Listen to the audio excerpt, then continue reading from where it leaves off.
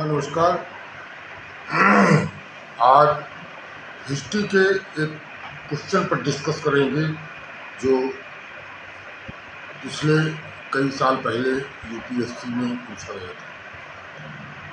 Question आया था कि the third battle of Panipat was fought in 1761। Full stop. Where so many empires shaking battles fought at Panipat.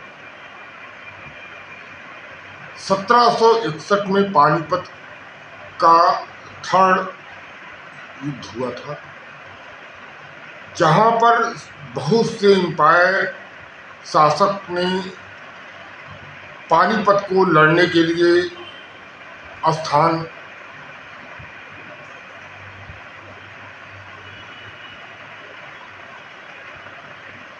चुनते रहे हैं। तो क्वेश्चन आता why were so many empire shaking. क्यों जो राजा महाराजा शासक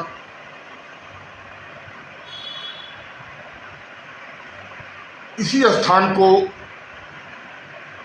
स्थान की तरफ मूवमेंट करते थे और इसी स्थान को युद्ध के लिए चुनते थे। आपको बताते चलें कि 1761 में पानीपत का तृतीय युद्ध होता है। उधर मराठों और मुगल सम्राट में ट्रीटी हुई थी कि जब भी कोई इस तरह की पोजीशन आती है तो मुगल बादशाह को मराठी मदद करेंगे। 1761 के पहले अहमद शाह अब्दाली का आक्रमण शुरू हो जाता है। मुगल बादशाह की जो कमजोरी थी उससे पश्चिमी दुनिया के लोग हिंदुस्तान की तरफ मूवमेंट करते हैं। 1739 से लेकर 1761 तक लगातार मूवमेंट होता है।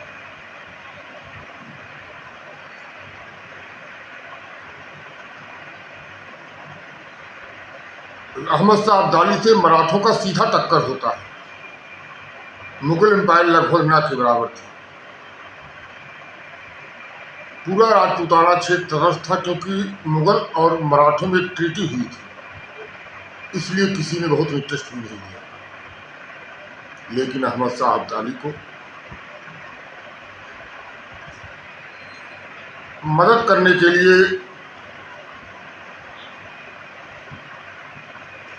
अवध के नवाब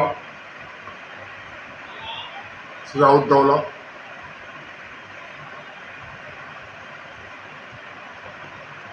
और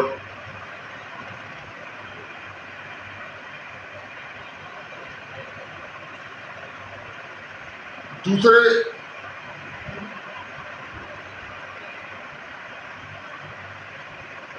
इन युद्ध का मुख्य जो बिंदु था कि वो रसद सामग्री अगर काट दी जाए, रसद सामग्री की उपलब्धता पर युद्ध की विजय और हार थी। मराठों ने अहमद शाह अब्दाली की काबुल से जो लिंक थे उसको काट देते हैं। अहमद शाह अब्दाली मराठों के लिंक काट देते हैं।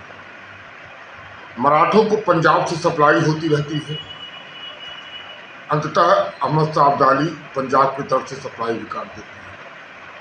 इधर रोहेला सरदार और अवध के नवाब सप्लाई देते हैं।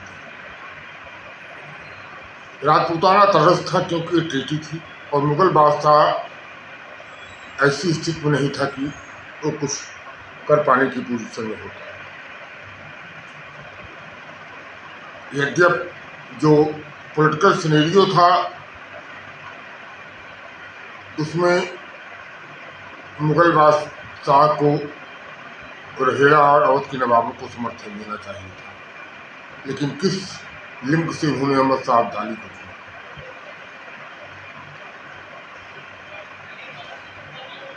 उनके तरफ से भी तोपें थी, वो भी तोपची लेके आए थे। मराठे की तरफ से भी तोपें थी, इधर से भी तोपची आए थे।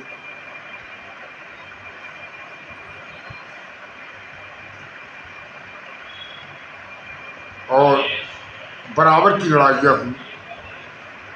इब्राहिम खां गर्दी जैसे मराठे सेना की तरफ से तोपची ने युद्ध लड़ा, लेकिन राहत सामग्री की उपलब्धता और अभाव के कारण मराठा सेना भूख से मरने लगती है। और दूसरी कमजोरी थी, मराठा सेना के साथ बहुत से सिविलियन भी आए थे जो रिलीजियस यात्रा पर थे, धार्मिक देशाटन के लिए निकले हुए थे। महिलाएं भी थी, बच्चे भी थे। इन सब स्थितियों से मराठा सेना को बहुत कमजोर किया। फिर भी मराठों की युद्ध बहुत ही मजबूती से लड़ा गया था और युद्ध में पराजय होती है। दोनों तरफ से बराबर बराबर की लगभग, उधर से भी 70,000 के आसपास दुर्रानी सेना के भी लोग मरते हैं, मराठों की तरफ से भी इसी आसपास संख्या में हताहत होते हैं। मराठा परिवार से, मराठा क्षेत्र से कोई ऐसा परिवार नहीं था जिससे कि घर से कोई मरा नहीं। मराठे टूट जाते हैं।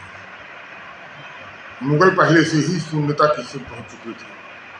इस युद्ध ने उत्तरी भारत को राजनीतिक शून्यता दी। इस शून्यता को भरने के लिए 1757 में प्लासी की लड़ाई जीत चुके। उधर आर्य कर्नाटक युद्ध में अपनी मजबूत स्थिति बना लेने के बाद ईस्ट इंडिया कंपनी के लिए अच्छा भविष्य दिखाई दे रहा था, जिनको बिना लड़े ही पूरा उत्तरी भारत मिलने की संभावनाएं थी। और उधर सिख साम्राज्य भी अपनी स्थिति को इतना मजबूत कर लिया था कि इस शून्यता को भरने की पोजीशन में था। दोनों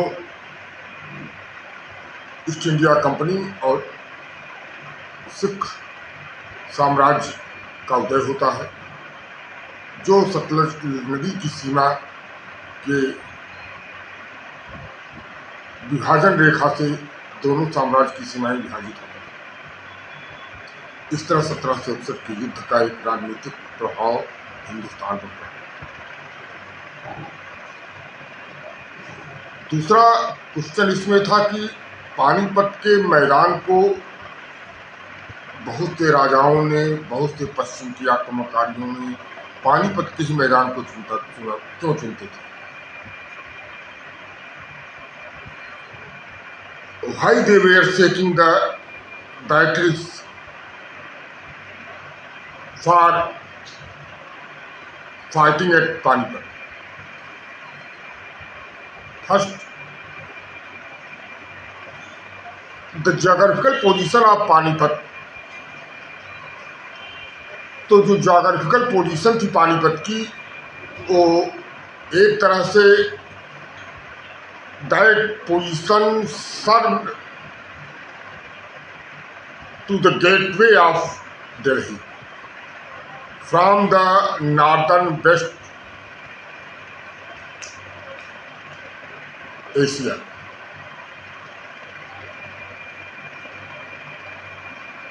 Delhi meant victory of Panipat.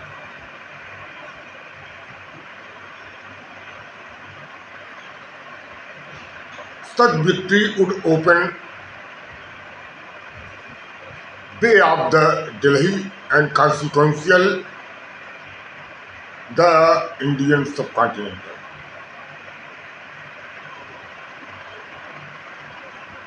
जो पानीपत विजय कर लेता था, माना गया कि आप जो है दिल्ली फतह कर लिया, और जो दिल्ली पर फतह कर लेता था माना जाता था कि वो इंडियन सब कॉन्टिनेंटल के पूरे साम्राज्य उसके कॉन्सिक्वेंसेस को फॉलो करेंगे। दूसरा कारण था पानीपत की उपयुक्तता का, कि जो इसका सेंट्रल प्लेस था और एक बफर स्टेट टाइप का प्लेस था।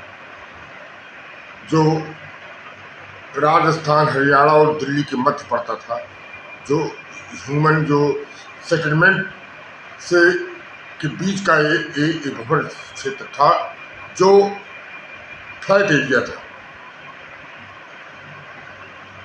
और एग्रीकल्चरल बेल्ट के बीच में था, जहाँ से रसद सामग्री भी पहुँच सकती थी, पेयजल की भी व्यवस्था हो सकती थी, और जो प्लेन मैदान में आर्टिलरी सिस्टम को अच्छी तरह से शिफ्ट किया जा सकता था। इस तरह से मतलब उस मैदान की उपयुक्तता युद्ध के लिए बहुत ही सुटेबल थी। तो जो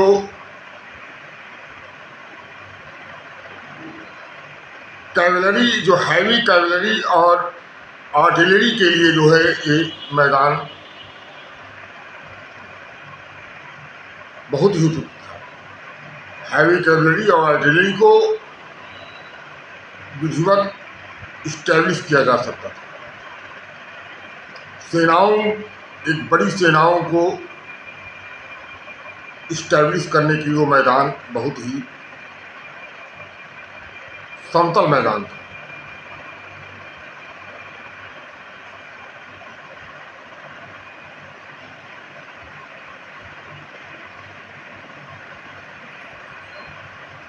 तीसरा उसका मेन कारण इकोनॉमिकल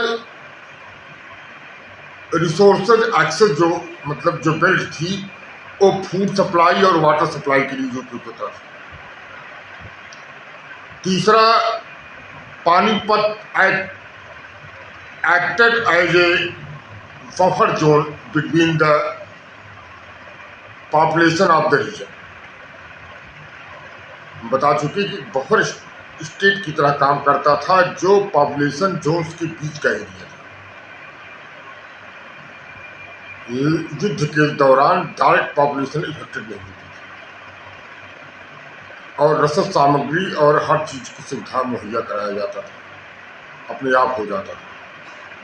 इसलिए मोस्ट ऑफ द एम्पायर है seeking the land of the Panipat for fighting the battle.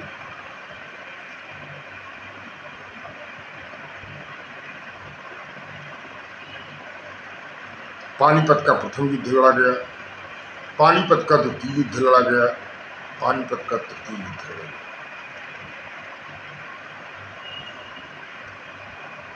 Babar entry करता है तो पानीपत के मैदान में, दोबारा फिर हुमायूं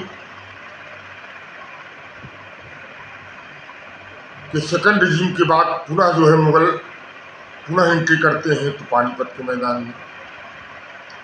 मुगल सत्ता की कमजोरी पर अफगान